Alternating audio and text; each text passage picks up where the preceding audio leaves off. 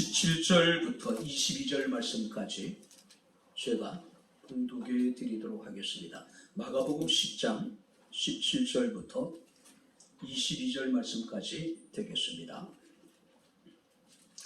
예수께서 길에 나가실새 한 사람이 달려와 꿇어 앉아 묻자오되 선한 선생님이여 내가 무엇을 하여야 영생을 얻으리이까? 예수께서 이르시되 내가 어찌하여 나를 선하다 일컫느냐? 하나님 한 분 외에는 선한 이가 없느니라. 내가 계명을 안 하니 살인하지 말라, 간음하지 말라, 도둑질하지 말라, 거짓 증언하지 말라, 속여 빼앗지 말라, 내 부모를 공경하라 하였느니라. 그가 여짜오되 선생님이여 이것은 내가 어려서부터 다 지켰나이다. 예수께서 그를 보시고 사랑하사 이르시되 내게 아직도 한 가지 부족한 것이 있으니 가서 내게 있는 것을 다 팔아 가난한 자들에게 주라. 그리하면 하늘에서 부하가 내게 있으리라. 그리고 와서 나를 따르라 하시니 그 사람은 재물이 많은 고로 이 말씀으로 인하여 슬픈 기색을 띠고 근심하며 가니라. 아멘. 오늘도 주의 사랑하는 성도들이 주님 앞에 나와 주를 예배케 하시고 또 이 시간 주의 말씀을 청종할 수 있는 은혜를 주심을 감사를 드립니다. 종을 통해서 주의 말씀이 선포될 때에 우리의 마음의 문을 열어주시고 길을 여셔서 성령이 교회들에게 하시는 주의 음성을 듣게 하옵소서. 예배함이 기쁨이 되게 하시고 주의 말씀을 우리가 들으니 큰 기쁨 되게 하옵소서. 예수님 이름으로 기도합나이다. 아멘. 할렐루야. 아멘. 자, 우리 옆에 있는 분들과 하나님 우리와 함께 하십니다. 인사하겠습니다. 하나님 우리와 함께 하십니다. 지금 안 하시는 분이 계신 것 같아요. 못 믿어서 안 하는 것이 못하는 건지 모르겠지만 우리 다시 한번 옆에 있는 분들과 하나님 우리와 함께 하십니다. 인사하겠습니다. 하나님 우리와 함께 하십니다. 할렐루야. 마스크를 끼고 있어서 아마 목사님 못 보실 거야. 그렇게 생각하는 분 계실 것 같은데 주님은 들으십니다. 할렐루야. 우리의 믿음의 고백을. 자, 우리가 성공한 사람들의 삶을 보게 되면은 그들에게 전혀 문제가 없었던 것이 아닙니다. 문제가 있음에도 불구하고 그들은 문제를 극복한 사람들이죠.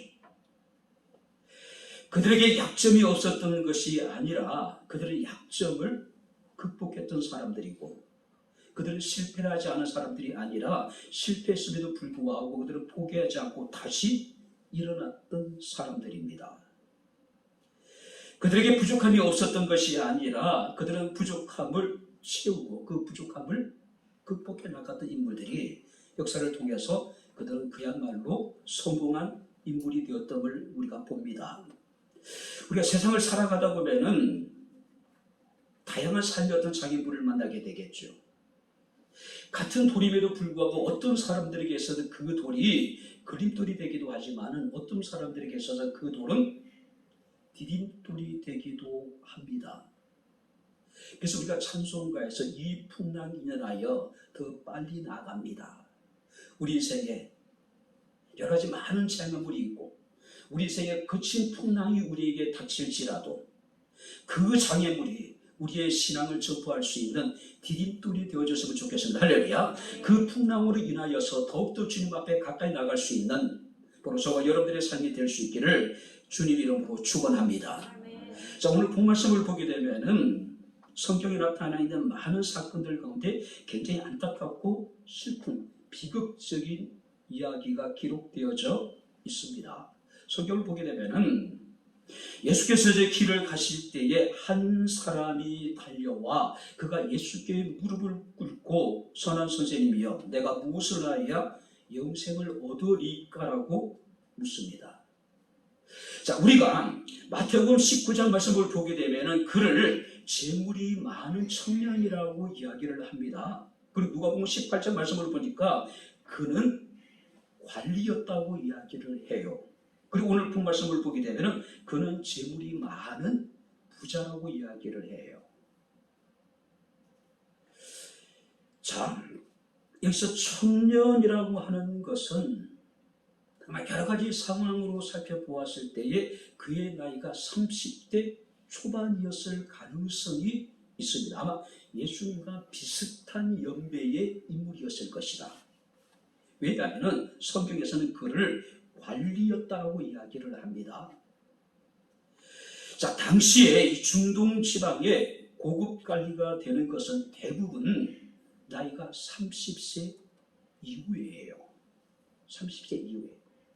여러분들이 알고 계시다시피 요셉이 애굽의 총리가 되었을 때의 나이가 30이었잖아요. 그죠? 자, 그렇기 때문에 우리가 성경 말씀에 보게 되면은 몇몇의 관리들이 등장하게 되는데 대표적인 사람이 니고데모라고 하는 사람이 등장을 하고 아리마대 사람 요셉이 등장을 합니다. 자, 그들 역시도 나이가 지긋했던 인물이에요. 자, 오늘 성경 말씀은 이 사람은 청년이었습니다. 젊은 사람이었어요. 뿐만 아니라 그는 성경에 관리라고 이야기를 해요. 그러니까 젊은 나이에 관리가 되었다고 하는 것은 굉장히 빠르게 그가 성장을 했다는 이야기겠죠. 오늘날로 굳이 우리가 표현을 하면은 아마 사법고시를 보거나 행정고시를 보거나 아니면은 뭐 외무고시를 봐가지고 젊은 나이에 임용이 되어졌던 그런 인물일 것 같습니다. 굉장히 머리가 비상했던 인물이겠죠. 그죠? 뿐만 아니라 그는요, 부자예요. 젊은 관리에다가 그는 부자예요.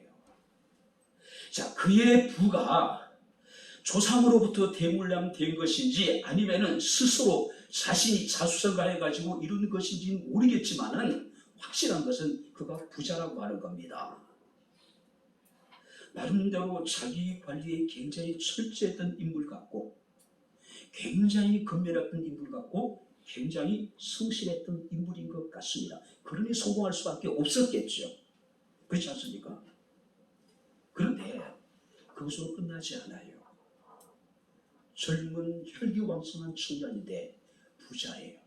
거기다가 관리예요. 더 중요한 것은 그가 정말로 자신의 삶에 대해서 진지했다고 하는 거예요. 그리고 더 나아가서는 그는 영생의 문제에 대해서 고민하기 시작을 했다고 하는 사실이에요. 젊고 돈이 많고 출세한 관리라면은 현실적인 삶의 어떤 즐거움을 추구하지 않았을까요? 영적인 문제에 대해서는 별로 우리가 관심을 두지 않을 만한 그런 상황이었습니다.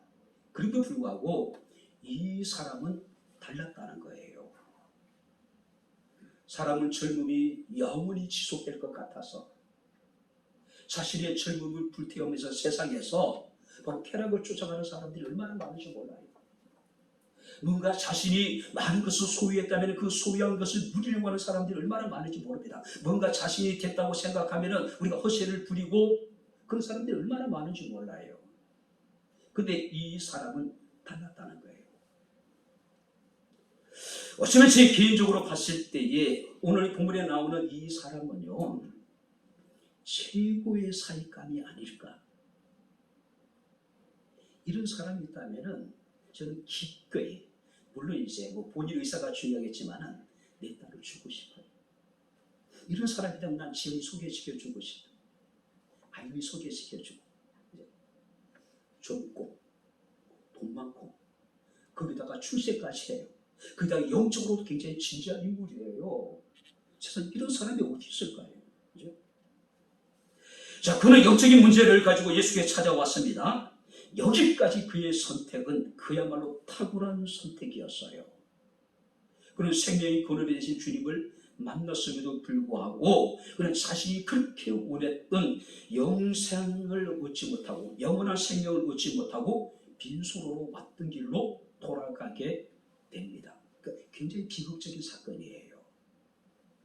자, 그렇다면 우리가 오늘 주의 말씀을 통해서 그야말로 흠잡을 데 없는 완벽했던 이 청년의 비극적인 이야기를 통해서 이 청년에게 있어서 문제가 무엇이었을까? 그리고 주님께서는 이 사건을 통해서 우리에게 무엇을 말씀하고 계시는지 우리가 주의 말씀을 살피면서 우리가 함께 은혜를 나누도록 하겠습니다. 먼저 한번 17절 말씀을 우리 다시 한번 같이 읽겠습니다. 예수께서 길에 나가실새 한 사람이 달려와서 꿇어 앉아 묻자오되 선한 선생님이여 내가 무엇을 하여야 영생을 얻으리까? 이 청년의 최대의 관심은 뭡니까? 영생이에요. 그래서 그는 예수의 소문을 듣고 예수께서 지나가실 때에 달려와서 꿇어 앉아 예수께 묻습니다. 선한 선생님이여 내가 무엇을 하여야 영생을 얻으리까? 청년임에도 불구하고 천국이나 영생의 문제에 대해서 관심을 가지고 있었다. 자, 부자였음에도 불구하고 그는 하나님의 나라에 대해서 허구적인 것이라고 생각하지 않았습니다. 그는 높은 관리였음에도 불구하고 그는 천국이나 하나님의 나라는 일종의 어떤 사회적으로 실패한 사람들의 어떤 정치적인 도표와 같은 것으로 여기지 않았어요. 정말 진지하게 천국에 대해서, 영원한 생명에 대해서 고민을 했고, 그리고 그 고민을 가지고, 문제를 가지고 주님을 찾았다고 하는 겁니다. 내가 무엇을 하여야 영생을 얻으리까? 자, 여기서 영생은, 천국은 우리가 무엇을 해서 갈 수 있는 곳이 아니죠. 정확하게 이 청년이 주님 앞에 물어야 될 것은 내가 무엇을 하여야 천국 가겠습니까? 물어보는 것이 아니라 내가 어떻게 내가 영생을 얻습니까? 라고 물어보는 것이 정확한 표현입니다. 자, 이 청년이 무엇을 하여야 라고 물은 것은 당시 유대인들은 하나님의 율법을 온전히 지킬 때에 구원을 받고 영생을 얻고 천국에 갈 수 있다라고 그들은 생각하고 있었다는 겁니다. 근데 중요한 것은요, 이 청년은 예수께 나와서 영생이 있습니까? 영생이 없습니까? 천국이 있습니까? 천국이 없습니까? 라고 물어보는 거 아니에요. 이 세계 사후의 세계에 대해서 그는 의심을 하고 주님을 찾아온 게 아닙니다. 그는 분명히 천국이 있음을, 그리고 또 분명히 영생이 있음을 확신을 하고 주님 앞에 나와서 내가 영생을 얻기 위해서는 무엇을 해야 됩니까? 라고 지금 물어보는 거예요. 만약에 영생이 없다면 이런 시간을 낭비하고 물질을 허비하고 힘을 쏟을 이유가 전혀 없겠죠. 부자고 혈기왕성한 청년이고 그리고 출세까지 했어요. 굳이 주님 앞에 나와 자신의 또래 예수님 앞에 무릎을 꿇어야 될 아무런 이유가 없잖아요. 근데 문제는 영생이 있다면, 천국이 있다면, 사후에 또 다른 세계가 분명히 존재한다면 이건 다른 문제예요. 그렇지 않습니까? 어떤 대가를 지불하더라도 반드시 얻어야 되는 것이 영생이 아닐까요?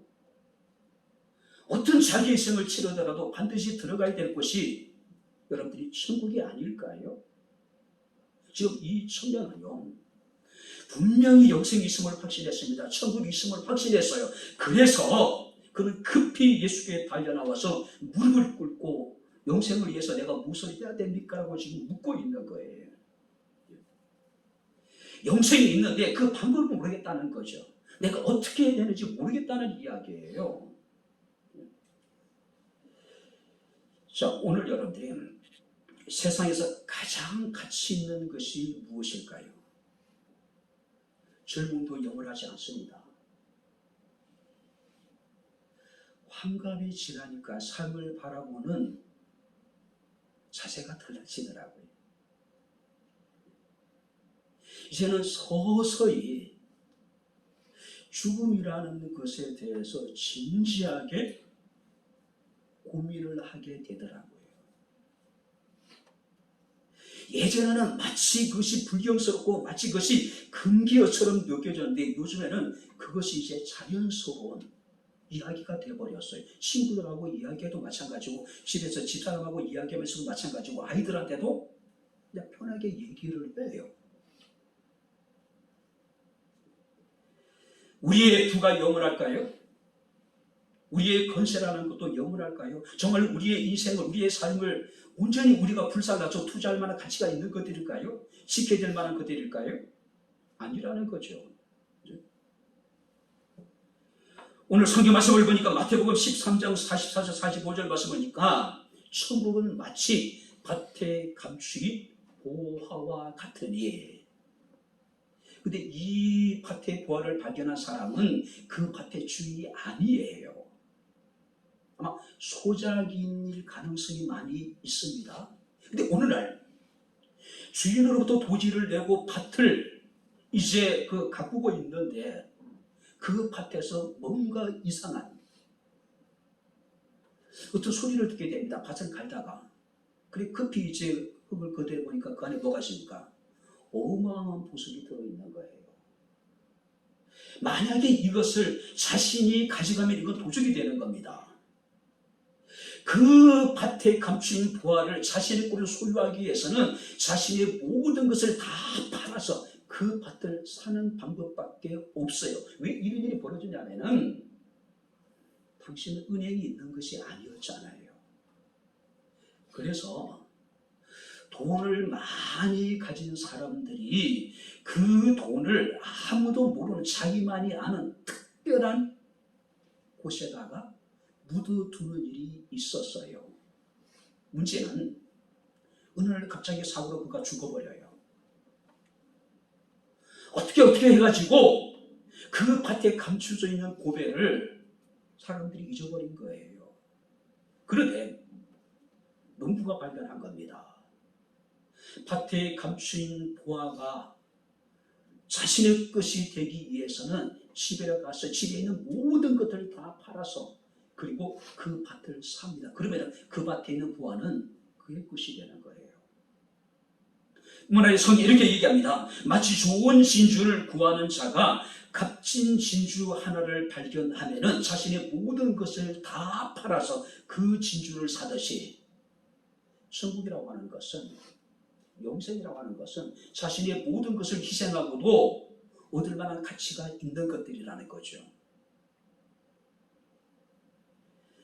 제가 초등학교 5학년 때부터 우표를 수집을 했습니다. 처음에는 이제 그 당시에 나온 우표들로 이제 계속 사는 겁니다. 우표가 발행되는 날에는요, 우체국에 그야말로 장사진을 이룹니다. 아이들이요. 어른들도 마찬가지예요. 왜? 우표를 사기 위해서. 근데 중학교 되고 고등학교 되면서 그 우표를 바라보는 어떤 이제 생각이 달라지기 시작합니다. 처음에는 우표를 많이 모으는 게 목적이었어요. 그런데 우표의 가치를 깨닫기 시작하는 겁니다. 그때부터 어떨까요? 내가 가지고 있는 많은 우표를 주고 정말로 소중한 귀한 우표를 바꾸는 거예요. 그때 제일 좋은 게 우정우표라고 이야기를 합니다. 물론 우정우표도요, 각기 다 다르긴 하겠지만요, 제 기억 속에는 한 장을 얻기 위해서 제가 가진 우표 50장을 준 기억도 있으며, 그렇게 우표를 2권, 고등학교에 누군가가 덤쳐가지고 오랫동안 제가 마음에 상처가 되고 그래서 우표를 모으지 않다가 이제 목회하고 난 다음에 이제 우표를 다시 이제 모으기 시작했어요. 지금 이제 그게 여건이 여의치 않으니까 다시 이제 모으지 않고 옛날에 있던 것만 가지고 있습니다. 자, 좋은 것 하나 발견하면은요, 자신이 가진 우표 50장을 포기하면서까지 그것을 얻어요. 투자할 만한 가치가 있는 겁니다. 자신의 것을 포기할 만한 가치가 있는 거예요. 오늘 성경 말씀을 보니까 그는 뭐라고 이야기하고 있습니까? 내가 무엇을 하리야? 굉장히 여러분들이 호기롭게 주님 앞에 나왔습니다. 영생을 얻기 위해서는 자신이 무슨 일인지 할 수 있다고 하는 그런 자신감을 가지고 주님을 찾아 나왔어요. 그리고 물었습니다. 자, 그런데 이 부자 청년의 질문에 대해서 예수께서는 뭐라고 대답하셨을까요? 자, 17절 말씀을 우리 다시 한번 같이 읽도록, 18절 같이 읽겠습니다. 예수께서 이르시되 내가 어찌하여 나를 선하다 일컫느냐. 하나님 한 분 외에는 선한 이가 없다라고 말씀을 하신다. 그리고 난 다음에 19절 말씀하니까 내가 계명을 안 하니. 그리고 이제 계명을 주님께서 쭉 말씀하십니다. 살인하지 말라, 간음하지 말라, 도둑질하지 말라, 거짓 증언하지 말라, 속여 빼앗지 말라, 네 부모를 공경하라 하였느니라. 그런데 마태복음 9장 19절 말씀을 보게 되면은 내 이웃을 내 자신과 같이 사랑하라 하신 것이라고 이야기합니다. 주님께서 말씀하신 계명은 간단한 거예요. 네가 정말로 영생을 얻기를 원한다면은 내 이웃을 내 몸같이 사랑해라. 여기서 중요한 것은 계명을 알고 있느냐라고 묻고 계십니다. 그 계명이라는 것은 내 이웃을 내 몸같이 사랑하라고 하는 말씀이에요. 근데 중요한 것은 주님께서 이 청년에게 지적인 동의를 구한 것이 아니라 네가 계명을 알고 있는데 그 계명을 힘써 행하였느냐라고 지금 묻고 계신 거예요.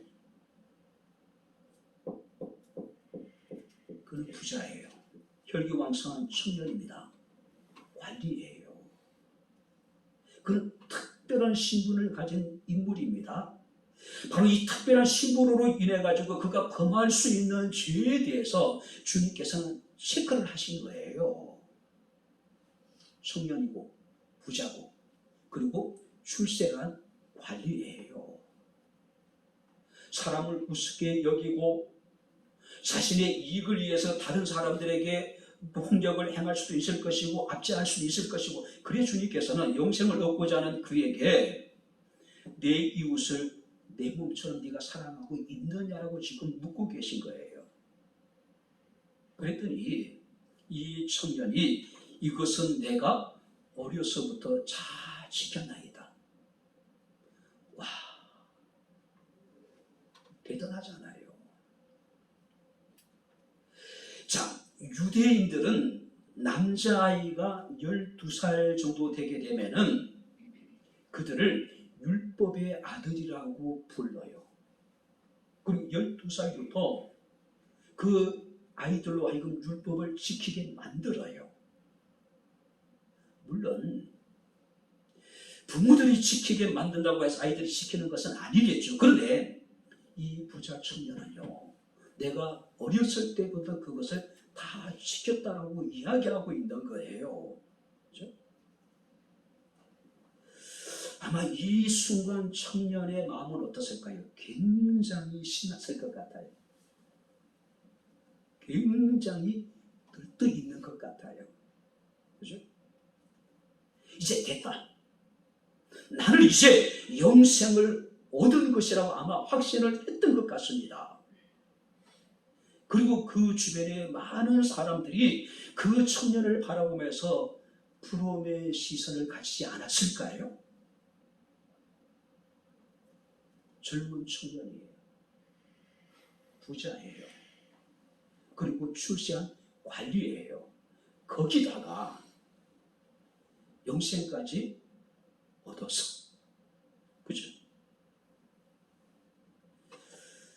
어쩌면 이 부자 청년은요, 예수님을 찾아온 목적이 많은 사람 앞에 자신의 이런 모습을 보이고 싶었던 것이 아닐까요? 예수님을 인정을 하면서 자신의 의로운 모습을 드러내고 영생에 대한 확실한 도장을 찍고, 그리고 자신 주변에 있는 사람들로 하여금 내가 이런 사람이야, 자기 자신을 자랑하고 싶지 않았을까요? 예수께서 성경 말씀 보니까 그 청년을 보셨다는 이야기는 의도적으로 주목하셨다는 이야기예요. 의도적으로 그 청년의 그 자랑스러운 모습을 주님께서는 바라보고 계셨다는, 주시하셨다는 이야기예요. 그래서 성경 말씀 보니까 사랑했다. 예수님 보시기에도요, 제가 그 청년을 바라보는 그하고 똑같은 거예요. 청년에다가 부자에다가 돈도 많아. 또 영적인 문제도 또 관심도 있어. 그죠? 사랑스러울 수밖에 없죠. 그래서 아까 제가 말씀드렸듯이 최고의 사익감이에요. 그죠? 이런 사익감을 세상에 어디서 찾겠어요? 그런데 주님께서 그에게 또 다른 한 가지를 요구하셨습니다. 자, 영생을 얻기를 원하느냐? 그렇다면 계명을 지키라고 했고, 그가 어려서부터 자신의 계명을 다 지켰다라고 하니까, 그러면은 내가 너에게 한 가지 부족한 것이 있음을 내가 발견했는데, 그 부족한 것이 무엇일까요? 자, 우리 21절 말씀을 우리 다시 한번 같이 읽겠습니다. 21절 다 같이 읽겠습니다. 예수께서 그를 보시고 사랑하사 이르시되 내게 아직도 한 가지 부족한 것이 있으니 가서 내게 있는 것을 다 팔아 가난한 자들에게 주라. 그리하면 하늘에서 부하가 내게 있으리라. 그리고 와서 나를 따르라 하시니. 한 가지 부족한 것. 자, 여기 보세요. 이 청년에게 한 가지 부족한 것이 있대요. 제가 보기에는 완벽한데 주님 보시기에는 그에게 아직까지 한 가지 부족한 것이 있대요. 2% 부족한 것이 있대요. 뭡니까? 그가 빠뜨리고 깨닫지 못한 한 가지. 내게 있는 것을 다 팔아서 가난한 자들에게 나눠주고 그리고 와서 나를 따르라. 성경 우리에게 말씀하고 있습니다. 먼저 가래요. 그리고 오래요. 나를 따르라. 나를 따르라. 영생을 얻는 길, 하늘의 보화를 얻는 방법은 주님께서 말씀하십니다. 계명을 지키는 것이고, 그리고 그가 입고 있는, 빠뜨리고 있는 그 한 가지를 채우는 것이다. 자, 영생에 대해서 물었습니다. 근데 주님께서 말씀하시기를 나를 따르라고 이야기를 해요. 따르라. 그렇죠? 우리가 요한복음 14장 6절 말씀을 보게 되면 예수께서는 내가 곧 길이요 진리요 생명이니 나로 말미암지 않고는 아버지께로 올 자가 없다.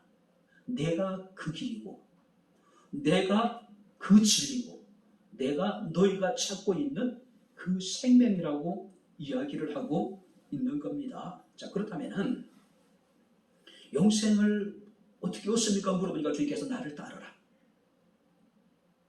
그럼 영생이란 뭡니까? 주님을 따르는 것이 영생을 얻는 길입니다. 할렐루야. 내가 곧 길이요 진리요 생명이라는 거죠. 우리가 영생을 얻기 위해서는 생명의 주가 되시는 주님을 따르는 것이라는 거예요. 주님을 따르는 것. 요한복음 6장 68절 말씀 보니까 예수를 정말로 수많은 사람들이 따랐지요. 오병이의 기적을 행하실 때에 그곳에 모인 남자의 수만 5,000명. 여자는 수에도 못 들어가요. 어린아이들은 수에도 계산이 되지 않아요. 노인들도 마찬가지입니다. 그렇다면 2만에서 3만. 어마어마한 사람이잖아요. 질병이의 기적을 일으킬 때에 그때 남자만 4,000명이었어요. 예수께서 가버나움에 가셨을 때에 너무나도 많은 사람들이 예수님의 주변에 머물고 계시는 그 집 주변에 머물고 있었기 때문에 사람들이 중풍병된 친구들을 예수께 데리고 가서 고침을 합격을 했지만은 도저히 예수께 나갈 수 없어서 지붕을 뚫고 올라가가지고 달아내리잖아요. 그런데 어느 날 갑자기 그 많은 사람들이 예수를 떠나요. 그때 예수께서 말씀하십니다. 너희도 가려느냐? 자, 그때 베드로가 대답합니다. 주여 영생의 말씀이 주께 있사오니 우리가 누구에게로 가오리까? 영생의 말씀이 주님께서 주께 있는데 우리가 누구에게 가겠냐는 이야기예요. 주님을 떠나는 것은 우리가 영생을 포기하는 것이라는 이야기겠죠. 마가복음 1장 말씀을 보니까 예수께서 나를 따라오느라고 했을 때에 베드로와 안드레는 그물을 버리고 예수를 따릅니다. 요한과 그 형제 야고보는 아버지 세뱃대를 품꾼들과 함께 배를 버려두고 예수를 따랐대요. 근데 누가복음 4장 11절 말씀 보니까 한번 따라해 보시기 바랍니다. 그들이 모든 것을 버려두고 예수를 따르니라. 예수님을 따르고 영생을 얻기 위해서는 주의 제자들은 모든 것을 버려두고 주님을 따랐다고 이야기해요. 주님을 따르는 것이 영생을 얻는 길입니다. 할렐루야. 왜? 그분이 우리에게 영생을 주시는 생명의 주님이기 때문에 그렇다는 거죠. 그래서 주님께서는 그 부자 청년에게 가라. 가서 해야 될 일이 있다는 거예요. 네가 주님을 따르기 위해서 반드시 내려놓아야 될 문제가 있다는 거예요. 그게 뭐예요? 내 가진 모든 것을 팔아서 가난한 자들에게 나눠주라고 이야기합니다. 그리고 와서 나를 따르라. 한번 따라해 보시기 바랍니다. 가라. 그리고 오라. 가라요. 가서 할 일이 있어요. 내가 소유한 모든 것을 다 팔아서 가난한 자에게 나눠주고 그리고 다시 와서 나를 따르라는 이야기예요. 왜 주님께서는 이 부자 청년에게 이런 말씀을 하셨을까요? 지금 여러분들이 이 말씀을 듣는 순간에 주님의 이 말씀이 좀 부당하다고 느끼지 않습니까? 내가 어떻게 해서 이루는 것인데, 그죠? 근데 그것을 다 내려놓으란 이야기예요. 그런데요, 안심하세요. 지금까지 우리가 신구약을 통해서 하나님은 그 누구에게도 이와 같은 말씀을 하신 적이 없으셔요. 왜 주님께서 이 청년에게만 이렇게 말씀하셨을까요? 이 청년 마음속에 자리 잡고 있는 물질에 대한 욕심을 주님께서 보신 거예요. 그래서 정말로 내가 영생을 얻기 원한다면은 계명을 지켜라 그랬더니 계명을 다 지켰다고 이야기합니다. 근데 너에게 한 가지 부족한 것이 있는데 그것이 뭐냐면 나를 따르는 것이다. 나를 따르기 위해서는 내가 가진 모든 것을 다 내려놓으란 이야기예요. 믿음의 조상 아브라함, 그는 부자가 됐어요. 그죠? 근데 하나님이 아브라함에게 내가 가진 모든 것을 내려놓으라고 말씀하지 않습니다. 하나님은 아브라함에게 말씀하시면 아브라함은 기꺼이 자신의 모든 것을 하나님께 내어놓을 만한 인물이라는 걸 알고 계셨어요. 그런데 아브라함에게 내놓을 수 없는 한 가지가 있었습니다. 그게 뭘까요? 100세 때 낳은 독자 이삭. 그죠? 재물을 가지고 아브라함을 시험해봐야 의미가 없어요. 아브라함이 가장 소중하게 여기는 것은 그가 100살 때 낳은 아들 이삭이었단 말이에요. 그래서 하나님께서는 내 사랑하는 독자 이삭을 내가 내게 지시하는 한 곳으로 가서 하나님 앞에 번제로 드리라고 이야기를 하는 거예요. 여기 번제가 뭘까요? 온전한 헌신을 상징하는 겁니다. 재물을 잡아요. 죽입니다. 그리고 재물을 각을 떠요. 그리고 불을 태워서 하나님 앞에 드리는 거. 이게 번제예요. 그냥 하나님께 드리라고 하는 것이 아니라 내가 100살 때에 낳은 내 사랑하는 독자 이삭을 죽여서 각을 떠서 불을 태워서 내게 바치란 이야기예요. 성경을 보니까 아브라함은 일말에 망설임이나 주저함이 없어요. 아침에 일찍이 일어나 나귀의 땔감을 가지고 사원들과 함께 아들을 데리고 3일 길을 걸어가서 망설이지 않습니다. 나무를 벌려놓고 아들 이삭을 결박해서 호연하여. 왜요? 죽여서 각을 쳐 불태우기 위해서요.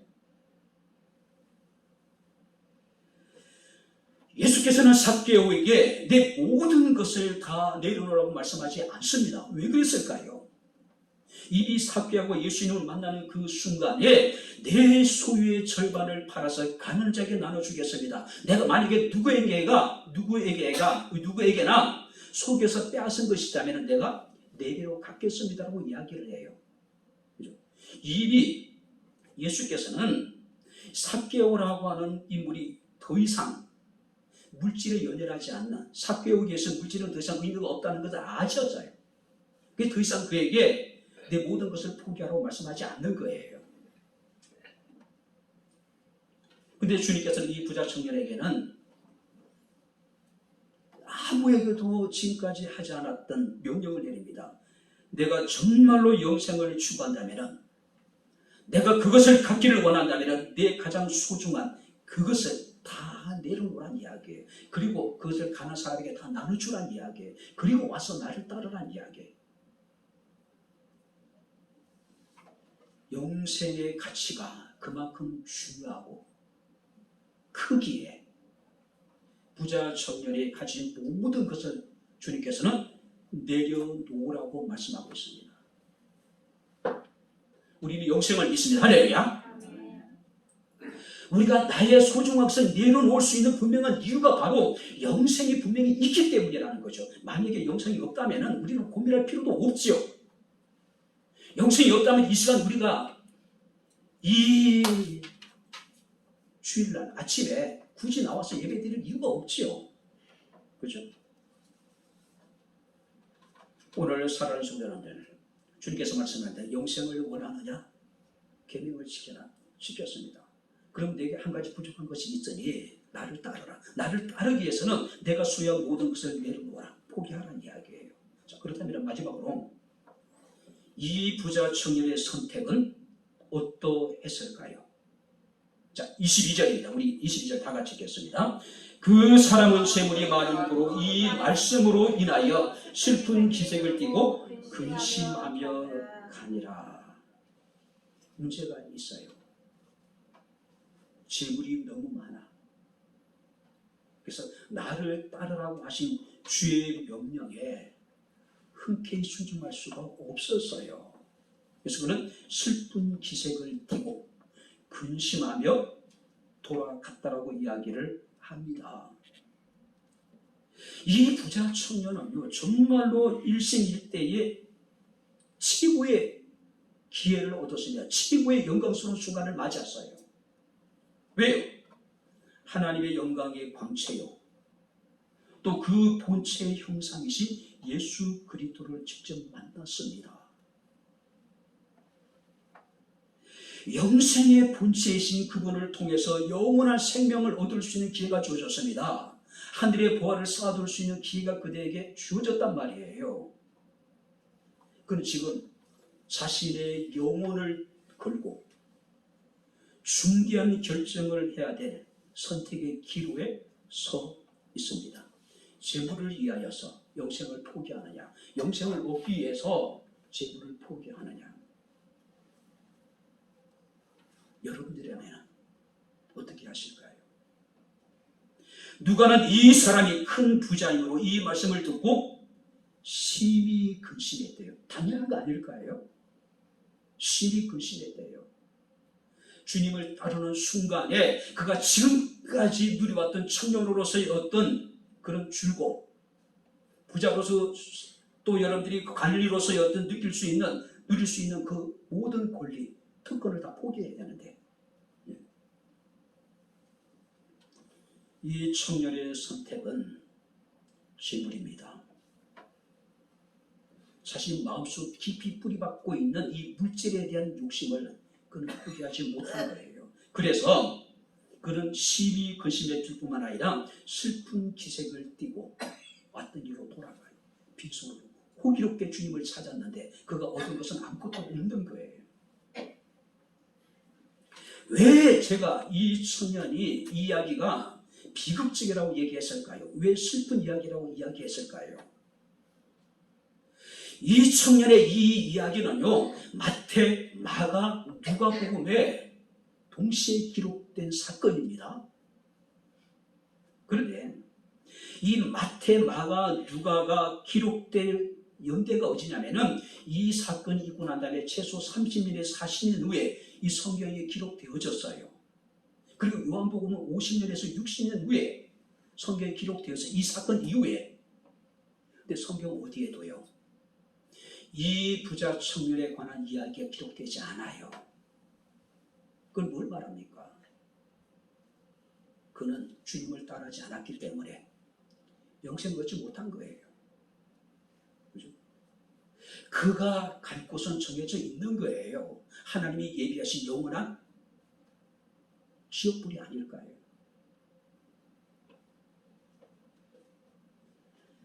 참 좋은 것들을 가지고 있었어요.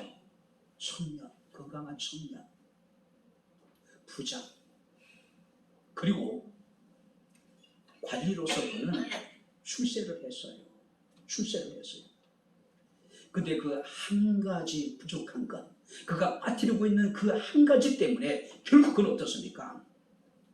영생을 얻지 못해요. 자신의 전부를 잃어버려요. 혹시 이렇게 말하는 사람도 있을 거예요. 와, 너무 주님이 너무했다. 그죠? 최소한 삭개오가 했던 것 정도만 요구했어도 이 청년이 주님을 따르지 않았을까? 내 수의 절반을 팔아서 가는 사람이 나눠줘라, 알겠지?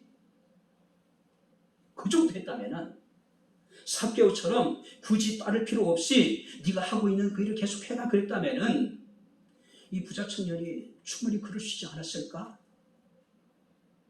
근데 이미 이 부자 청년의 마음속에는요, 삭개오와 같은 그런 자신의 것을 바로 여러분들이 헌신할 만한, 내려놓을 만한 마음이 없었어요. 애시당초. 그리고 주님 앞에 나와 자기 자신을 인정받고 싶었던 것이고 사람들 앞에 우쭐하고 싶었던 것이지 정말로 영생의 문제에 대해서 그는 모든 걸 희생할 각오가 되지 않았다는 이야기예요. 주님께서는 그에게 말씀하십니다. 가서 내게 있는 모든 것을 팔아 가난자에게 나누어라. 그리하면 하늘에서 부하가 내게 있을 것이다. 와, 하늘의 부하를 약속을 하셨어요. 그리고 나를 따르라고 지금 이야기한 겁니다. 이미 예수께서는 이 부자 청년에게 자신의 모든 것을 내놓으라고 말씀하셨습니다. 그리고 하늘의 부하가 내게 있을 것이라고 약속을 하셨어요. 그리고 얼마 지나지 않아서 당신 자신이 우리를 위해서 십자가에 달리시고 고난을 당하시고 죽으셨어요. 그런 분이기 때문에 내 모든 것을 내놓으라고 할 수 있는 거예요. 주님이기 때문에.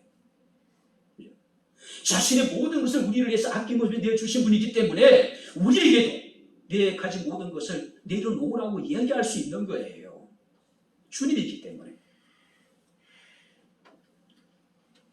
그렇기 때문에 아브라함은 자신의 사랑하는 독자 이삭을 주저없이 하나님 앞에 번제물로 드리려고 했던 것이고, 그렇기 때문에 욥이라고 하는 인물은 주신 자도 여호와시고 지하신 자도 여호와이시니 여호와 이름이 찬송을 받으실 것이라고 찬양하고 있는 거예요. 욥의 고백을 단순하게 생각하면 안 돼요. 10명의 자녀를 다 잃었어요. 동방의 가장 큰 부자가 모든 재물을 다 약탈을 당했습니다. 건강도 잃었어요. 아내도 어디론가 욥이 어려움을 겪게 되니까 욥을 버리고 떠나버렸어요. 이런 중에 그러니까 이런 노래를 부를 수 있다는 거죠. 주신 자도 여호와시오 취하신 자도 여호와이시니 여호와 이름이 찬송을 받으실 것이라고 노래하고 있는 거예요. 좋은 생각, 이것이 좋은 그리스도인을 만드는 것은 아닙니다. 물론 필요해요. 우리가 마음에 감동이 오는 것이 은혜의 전부는 아닙니다. 좋은 결정을 하는 것이 물론 멋있는 것일 수 있습니다. 그러나 더 중요한 건 뭡니까? 구체적으로 하나님의 말씀에 순종하는 것. 할렐루야! 이것이 믿음이에요. 이것이 정말 멋진 삶이에요. 이 말씀으로 인하여 슬픈 기색을 띠고 근심하며 돌아갔다. 영생을 얻기 위해서 어떻게 하면 영생을 얻겠냐, 무엇을 해 영생을 얻겠냐 물었는데 예수께서 말씀하시니 오히려 그 말씀이 걸림돌이 돼서 그는 돌아가 버렸대요. 여러분들은 어떻습니까? 혹시 지금 여러분들이 이 말씀을 들으면서 아이고 이 청년 불쌍히 어떻게 안타깝게 여기는 사람들이 있을 수 있을 거예요. 이 청년의 잘못된 선택에 대해서 어떤 사람은 손가락질하고 어떤 사람은 돌을 던질 수도 있을 거예요. 그렇다면 나라면 어떤 선택을 했을까? 나라면 이 부자 청년보다 나은 선택을 할 수가 있었을까요? 있었을까요? 있어요. 할렐루야. 아멘. 이때예요. 저는 우리 백향무교회 성도들이 다 지금 유기현 집사님 같은 믿음이 있으면 좋겠습니다. 할렐루야. 아멘. 그랬으면 좋겠어요. 이제 말씀을 마칩니다. 사무엘상 1장 9절부터 19절 18절 말씀을 보게 되면은 한나라고 하는 여인이 등장을 하죠. 한나가 조광지체임에도 불구하고 아이를 낳지 못해요.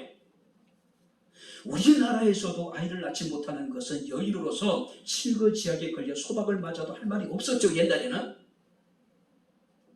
유대인들에게 있어서도 아이를 낳지 못하는 것은 여자로서의 어떤 수치고 부끄러움이었어요. 그런데 첩인지 부처인지 모르지만은 분인나라고 하는 여인은 아이를 잘 낳아. 그랬더니 이 분인나가 분수도 모르고 조광지처를 구박을 합니다. 한나의 심정이 어떠할까요? 남편이 2배로 사랑했습니다. 그에게는 그래도 아이를 낳지 못하지만은 그런 한나를 아껴주는 엘가나라고 하는 좋은 남편이 있었어요. 그것도 불구하고 첩에게, 후처에게 구박을 당하는 한나의 심정이 참담했겠지요. 그래서 한나가 원통한 심정을 가지고 성전에 올라와서 하나님께 기도해요. 그죠? 그때 제사장이 엘리라고 하는 그야말로 무력하고 무능력한 제사장이에요. 이스라엘 역사에서 가장 무력하고 무능력한 제사장이에요. 그 가운데 하나예요. 근데 그가 뭐라고 이야기를 합니까? 평안히 가라. 처음에는 한나가 술 먹고 취한 줄 알고 와서 주정하는 줄 알았는데 한나가 내가 지금 술 먹고 취하여 주정하는 것이 아니라는 거죠. 내가 온통한 심정으로 지금 하나님께 기도하는 겁니다라고 이야기를 해요. 그랬더니 제사장이 평안히 가라. 이스라엘의 하나님이 내가 기도하여 구하는 것을 허락하기를 원한다라고 이야기를 해. 그랬더니 한나가 바로 아멘해요. 그리고 성경 뭐십니까? 다시는 근심하는 빛이 없었다. 다시는 그가 자신의 온통함으로 인해 가지고 근심하지 않았대요. 얼굴에 수색이 다 사라져 버렸대요. 그죠? 무기력한 제사장의 이야기에도 하나님의 성전에서 선포된 주의 말씀이기에 한나가 아멘 했더니 그 말씀으로 인하여서 그 얼굴에 근심하는 빛이 다 사라져 버렸대요. 그랬더니 하나님께서 한나의 태문을 여셔서 그에게 아이를 주셨죠. 사무엘이고. 사무엘을 하나님께 바쳤더니 하나님께서는 다시 한나에게 3명의 아들과 2명의 딸을 더 줘요. 놀라운 은혜잖아요. 영생에 대해서 얻기를 원했지만은 그는 주의 말씀이 오히려 슬픔이 되고 근심이 되어 다시 그는 빈손으로 돌아가 버렸다라고 하는 겁니다. 왜 그가 근심하고 왜 그가 슬퍼했을까요? 그는 자신이 생각하고 주님의 생각이 달랐어요. 자신이 얻고자 하는 영생의 길과 주님이 말씀하시는 영생의 길이 너무 달랐어요. 그러니까 포기해버린 거예요. 내 생각과 내가 생각하고 있는 길이 다르더라도 오직 주님께서 우리가 말씀하실 때에 아멘, 아멘, 아멘입니다. 할렐루야.